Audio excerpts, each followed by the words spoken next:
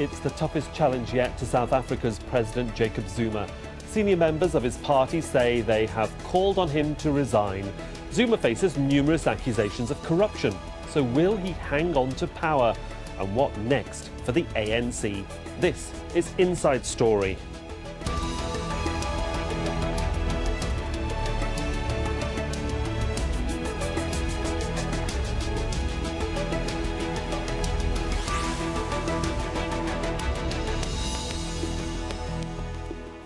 Hello and welcome to the programme. I'm Sahil Rahman. South Africa's leader, Jacob Zuma, has had a long political career.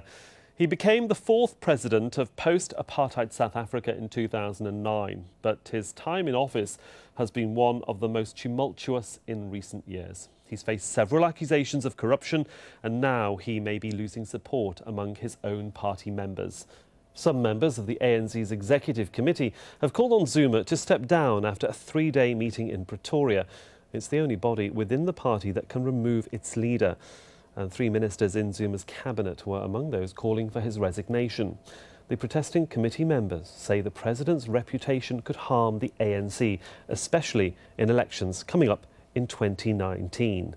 Opposition leader Mmusi Maimane says South Africa's problems are bigger than one man and that widespread reform is needed. The conversation must move beyond just Jacob Zuma. It's about the sustainability of the ANC as a project itself. And I think it begins the very difficult question about who will succeed him and which faction that will come from, because it's a deeply divided organization. We are not in the business of choosing leaders for the ANC. Whoever they put up, we'll let Parliament vote them in and we'll take the decision from there. But at the end of the day, I think South Africa is undergoing profound change, and looking towards 2019, I think there are huge prospects of the fact that the ANC may not be able to get over 50%. Now, President Jacob Zuma has been entangled in several corruption scandals over the past decade. In 2005, he was accused of accepting bribes from international arms dealers to influence South Africa's largest post-apartheid arms deal. The charges were dropped, but his financial advisor went to jail. The president's been criticised for his friendship with the influential Gupta family, who allegedly offered cabinet positions to several members of parliament last year.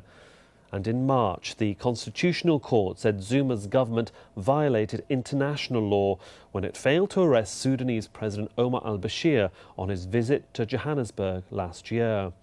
Opposition leaders were calling for Zuma's resignation in April when he refused to pay back public money he'd used to renovate his private home. And earlier this month, South Africa's Public Protector Office called for Zuma's government to be officially investigated for corruption. Zuma tried to block that report from being released. Well, let's bring in our guest. Joining us here in Doha, Thembisa Fakuda, researcher at the Al Jazeera Centre for Studies and former Al Jazeera Bureau Chief for Southern Africa. In Cape Town, Lawson Naidu, founding partner of the Paternoster Group and a former ANC activist. And in Pretoria, Bantu Holomisa, member of the South Africa Parliament and former ANC National Executive Committee member. Welcome to all of my guests. Let's begin with a very brief summary and idea of where you all come from on this debate. Mr. Lawson Naidu in Cape Town. Cats have 9 lives. How many more lives has this particular African cat got left in him? Well, as you know, we have some very large cats in this part of southern part of Africa, and even those cats run out of lives every now and then. And I think Mr. Zuma has certainly had more lives than many other cats in this region do have. Do you think he's on his way out? Well, I certainly think the room for him to manoeuvre is closing in rapidly upon him. We've seen, as you've said in the introduction, over a period of time, the number of scandals that he has been involved in, and we have seen calls from broader South African society, from opposition political parties, and then in more recent times, moves by some there within his own political ranks, from the South African Communist Party, more recently from some of the affiliated unions to the large trade union federation, COSATU, which has been closely aligned with the ANC for many, many decades. Okay. Some of those affiliates beginning to call for President Zuma to resign. Okay. And now finally this weekend... Let's bring in Bantu Holomisa in Pretoria. So you're a member of Parliament. How wounded is this big cat? There's no doubt in anybody's mind that Zuma is a wounded buffalo. It's a question of time. When will he be leaving that office? But if he will succeed until 2019, I can assure you it will cost the ANC dearly. Mm-hmm. It's a pity that some of the NEC members took time to challenge Zuma on these scandals. They left this campaign to the opposition parties and civil society for too long. Had they intervened after the Constitutional Court decision against Zuma, as well as when Zuma left his colleague and decided to say, I'm going to pay back the money after he has used the members of parliament, then at the last minute he betrayed them. So all in all, I don't think the timing of calling for Zuma to leave this time around was opportune. They should have done that when these things were still fresh. Okay, let's see how fresh. Yeah, let's see how fresh it is. I'm going to bring in Tim. I want to try and get just a rough idea of where you're coming from. We'll have a deeper debate in a moment. Tempisa Faduka, you've obviously heard what our guests have said. Whether he's a lion or a buffalo, he's certainly wounded. You have been in Southern Africa for many years. I mean, how do you actually assess the situation, and how critical is it for the ANC at the moment to be facing this sort of dilemma? Well, this is a very critical moment. But we need to understand two things. There's a Jacob Zuma, the national president of South Africa, and Jacob Zuma, the president of African National Congress. To have Jacob Zuma removed by the African National Congress, in fact, I wasn't expecting anything shocking out of the meeting that just took place in Pretoria, South Africa, because it would have been very difficult for the NEC to remove Jacob Zuma. It would have been viewed by the rank and file members of the ANC as a coup. For any body constitutionally, the president is elected by Parliament itself. Correct. The ANC can remove him as the party president, but not as a president of the country. But even that, it requires a buy-in of the grassroots, which, if you want to have a buy-in of the grassroots, you have to take it to either an elective conference or the national conference of the ANC. Yes, they can do it, but you will need a buy-in. But as the president of the country, there are two things that need to happen. You have Jacob Zuma making a personal decision to resign, or you take it to Parliament, and that's where he can resign. But I think it was a little bit too optimistic for many analysts and observers to think that the National Executive Council, the National Executive Committee of the ANC over the weekend was going to succeed in removing the president of the ANC. Okay, and our two guests, of course, in Cape Town and Pretoria, agreeing with you. Lawson Naidu, can I just come in? I disagree, certainly. Government mismanagement, corruption, ignoring international arrest warrants, poor election results, the list goes on. One wonders what are the redeeming features of Mr. Zuma that allows him to stay in the position that he's in? Well, he still has control over the National Executive Committee, and many of the members of that National Executive Committee are very loyal to Mr. Zuma as a result, largely, of the corrupt and nepotistic patronage networks that have been put in place under the Zuma administration. They are therefore beholden to him and will seek to support him. But beginning to see those levels of support that Mr. Zuma has enjoyed for many years withering away now. And that is why we had such a robust debate at the NEC meeting this weekend that went on for 3 days and almost led to Mr. Zuma's downfall. And I disagree with Mr. Fakude when he says that it would need to go to the grassroots. We go back a few years to 2008 when Mr. Mbeki was removed by the ANC as president of the country through a process at the National Executive Committee which did not require a grassroots mandate, nor did it need to go through Parliament. So there is precedent for this, and the NEC could have taken a decision requesting Mr. Zuma to step down. But isn't there an innate fear that if you remove President Zuma, a Pandora's box of corruption might well be open and connected to those that are very close to him, and that would then even, you might say, ruin the ANC's standing and general reputation within the South African community? Well, the ANC has got to clean its house in order to win back the But you're support part of of the the South ANC. Well, African you are people. part of the ANC. Why haven't you cleaned that house up? Well, many people have been trying to clean that house up within the ANC. People have been trying it within civil society to get the ANC to do the right thing.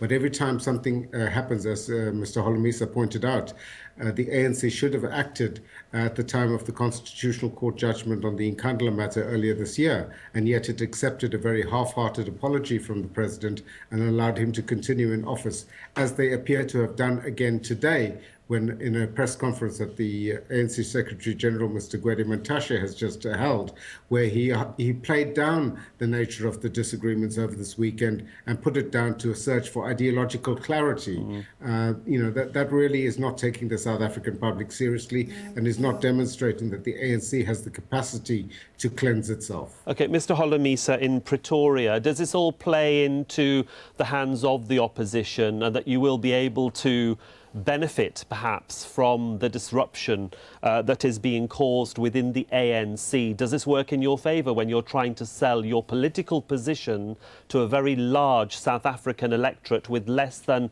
perhaps, 15 months to a presidential election? There is no doubt that it should work for the opposition. Remember that the call for Zuma to quit the office has been coming from the opposition parties. And as a result of that campaign, the ANC recently lost elections in big metros in South Africa. And I hope that with the civil society, who are now up in arms, calling for Zuma, and some unions calling for Zuma to go, we should be in a position to garner more support for 2019. How I wish we can bring them down to 40-something%, which would cause for a coalition government at national level. In that way, we would have succeeded in promoting checks and balances in our system. The voters of South Africa must say in 2019, without a shadow of doubt, and shout and say, never again shall we allow a one-party dominance in South Africa. Thembisa Fukuda, can I just bring you in here? How much of this is about South African politicians, especially in the ANC, trying to save their own political constituency seats rather than trying to get rid of the president? I mean, or is the push for the president a way of trying to, obviously, save their political careers? Well, I think that there are two things for the benefit of international viewers. There is a president of the ANC and a president of the country. And the meeting that took place over the weekend was the ANC meeting, not the government meeting. And yes, there is a widespread condemnation of Zuma's indiscretion over the past couple of years. And the ANC is divided. We have seen very senior members of the ANC coming out in condemnation of what has happened over the past. And there is also a substantial number of people within the ANC leadership who do still support President Jacob Zuma. But again, I'd like to emphasize what happened over the weekend. I think it was a bit too optimistic for many people to think that the NEC of the ANC would have got rid of the president of the country. Yes, they would have somehow coerced, tried to push him to resign. The mere fact that the debate is so public is embarrassing enough, and it certainly shows Indeed. cracks are there in the ANC. Before I go back to Lawson Naidu, just want to get your general impression of the way these local elections occurred in August and the loss of support for the ANC. What is it telling us about, losing, 3 major cities that they had majorities in, less than 60% of the vote, which they've never had before in the history of post-apartheid South Africa. It is a worrying trend. What can the ANC do to try and recoup their losses here? What do they need to do? The interesting observation there was that these were local elections, but actually people voted on national issues. Exactly. They normally reflect what might happen in a general election. Precisely, and I think that it was a wake-up call for the ANC. It has certainly lost support, even though some people argue that the support that the ANC lost was due to people not going out to vote rather than people actually voting for the other opposition parties.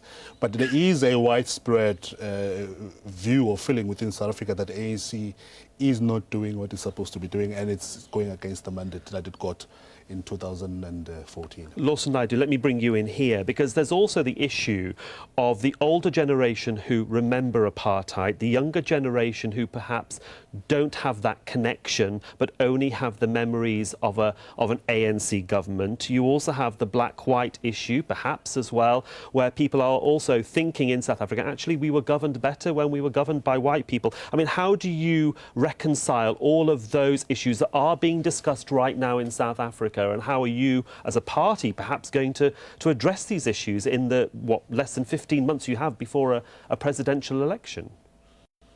Well, I think the first point to make here is that South Africa is a very different and a much improved country to what it was in the apartheid years. So whilst there are many challenges that one faces in South Africa at the moment, and there are many things that this current administration is getting wrong, South Africans generally are in a much better place than we were under apartheid. We have set the bar high. We have high expectations of what a democratic government ought to be achieving, and we have not achieved what we perhaps should have. And I think many of these issues are being discussed, and fingers are being pointed at the current Zuma government for failing to tackle some of the tough issues that we need to, particularly with regard to the economic direction of the country, and taking some tough choices as to trying to create an environment of sustainable growth and reducing unemployment, reducing poverty, and making a real inroad into the lives of the poorest people in our country. And that's something I think the ANC is guilty of neglecting. It is losing touch with its core base of people. And I think we saw that, as you said, in the local government elections in August this year, when many 3 million loyal ANC supporters failed to pitch up at the polls, and that is what impacted so negatively on the ANC's performance in those elections. Well, just pause for thought for a moment before I come to you, Mr. Holomisa. I just want to give our audience at home a little bit more background. Let's take a quick look at the history of Jacob Zuma's party. The ANC has been in power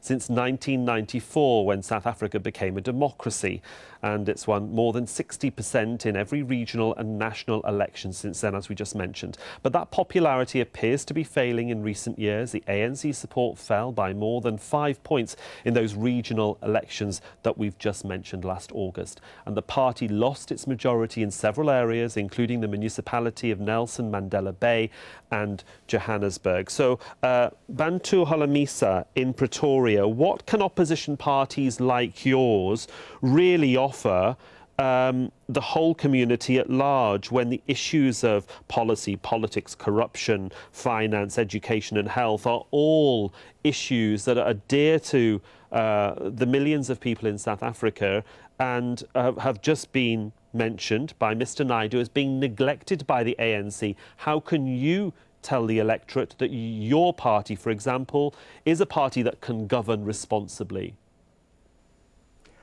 Well, the situation here at home is that the opposition parties, since Zuma ascended to power, has seized the initiative, and ANC has been on the back foot because of the opposition parties.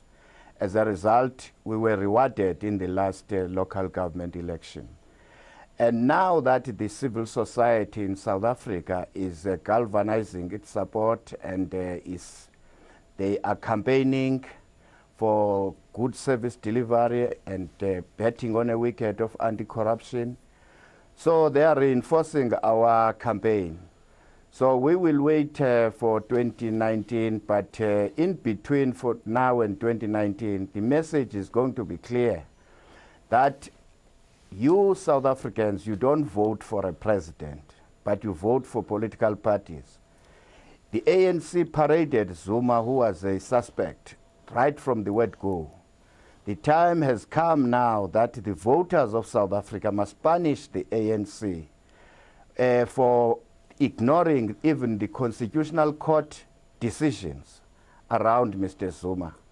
So far, I think the opposition are doing well, and you know that there are still pending charges against Zuma, 783 charges, which are likely to come up between the next 15 months. So it will assist us. OK. If it does assist the opposition parties, Mr Fakuda, here in Doha, how do you currently assess the strength of the opposition parties, and how have they performed since those election wins in August? Well, I'd like to paraphrase what Mr. Holomisa just said. He said the opposition is doing well. I would rather say the ANC is doing well for the opposition, because the opposition is gaining more popularity, is getting more support, more voice, because of the blunders of the ANC. And I think, as many people have said before, we are beginning to see the end of the ANC, the mighty movement. Are you saying that the opposition would get support by default rather than by their actual abilities? Yes, I certainly think so. I don't think it's because the opposition in South Africa is suddenly gained or are doing much more better than they used to do before. And it's not just one opposition, it's several oppositions, indeed. isn't it? I think that the ANC is making the job of the opposition much more easier. Because of the ANC blunders, we are seeing more visibility of the opposition tackling all those mistakes that the ANC has continually committed, particularly by the president of the ANC, Jacob Zuma. But I will argue that it is not because of the work of the opposition that they are gaining more public support, but it's mainly because of the blunders of the ANC that we see the opposition suddenly gaining a lot of airtime on television and press in general, and indeed within various communities. Do you think there is a change in mindset, though, in the public as well, from the people you're speaking to in South Africa? You know, you can talk about the blunders of the ANC, but people are actually saying, you know what, I've had enough of the ANC. Opposition party A, B or C are the ones for me now. Well, the fact that most of the, according to many analysts and the research has been done post the local election, we haven't seen a mass movement towards, on the local elections, towards the support of the opposition parties, but we've seen a lot of people staying away from voting because of their dissatisfaction with what's happening within the ANC at the moment. Mr. Lawson Naidu in Cape Town, can I bring you in here? Because the disenfranchisement of South Africa isn't just felt by the public, it's also by the international markets. We've seen the rand hit badly over the last few months. We're also seeing a dropping expected growth. The outlook seems bleak by the long-term strategists. Shares have dropped by 1.3%. The mining sector has fallen by 2.7% in the last 12 months. Sovereign ratings are downgraded. People will not want to invest in South Africa if there's not a coherent, decent, honest, law-abiding government and president in place. I mean, that's the message that's being sent to you. Absolutely, it is, and I think the issue of policy coherence is something that is dominating South Africa at the moment. And if one looks at the economic policy and the messages that is being sent out from South Africa, there are certain parts of government that are working very hard together with business and organized labor to try and set the country on the right economic path, to say to the international ratings agencies that we have a plan in place that can stem unemployment, that can create the conditions for economic growth of a very low base that we find ourselves in at the moment. And yet President Zuma seems to be constraining some of those developments by failing to act on the restructuring of state-owned companies, sure, by failing to remove people who are accused of corruption in those state-owned companies. And those are the factors that are pulling the economy downwards, that are increasing people's suspicions about the economy and driving foreign direct investment away from South Africa. So those are major concerns. And again, another reason why many people in South Africa, as I said at the beginning, from people from outside of the ANC, including the churches who have recently had a meeting with the ANC to raise their concerns, there are many, many voices that are calling consistently for President Zuma to step down in the interests of the country. Well, there we will have to leave it, but a very interesting debate, and thanks to all of our guests, of course, Lawson Naidu and Bantu Holomisa there in Cape Town and Pretoria, and Thembisa Fakuda here in Doha. Thanks very much, gentlemen, for joining us here on this edition of Inside Story, and thank you for watching the show as well. Of course, you can see the programme again anytime by visiting our website at aljazeera.com, and for further discussion go to our Facebook page. That's at facebook.com/AJ Inside Story. You can also join the conversation on Twitter. Our handle is at AJ Inside Story. I'm Sahil Rahman, and from the whole team, thanks very much for your time and your company.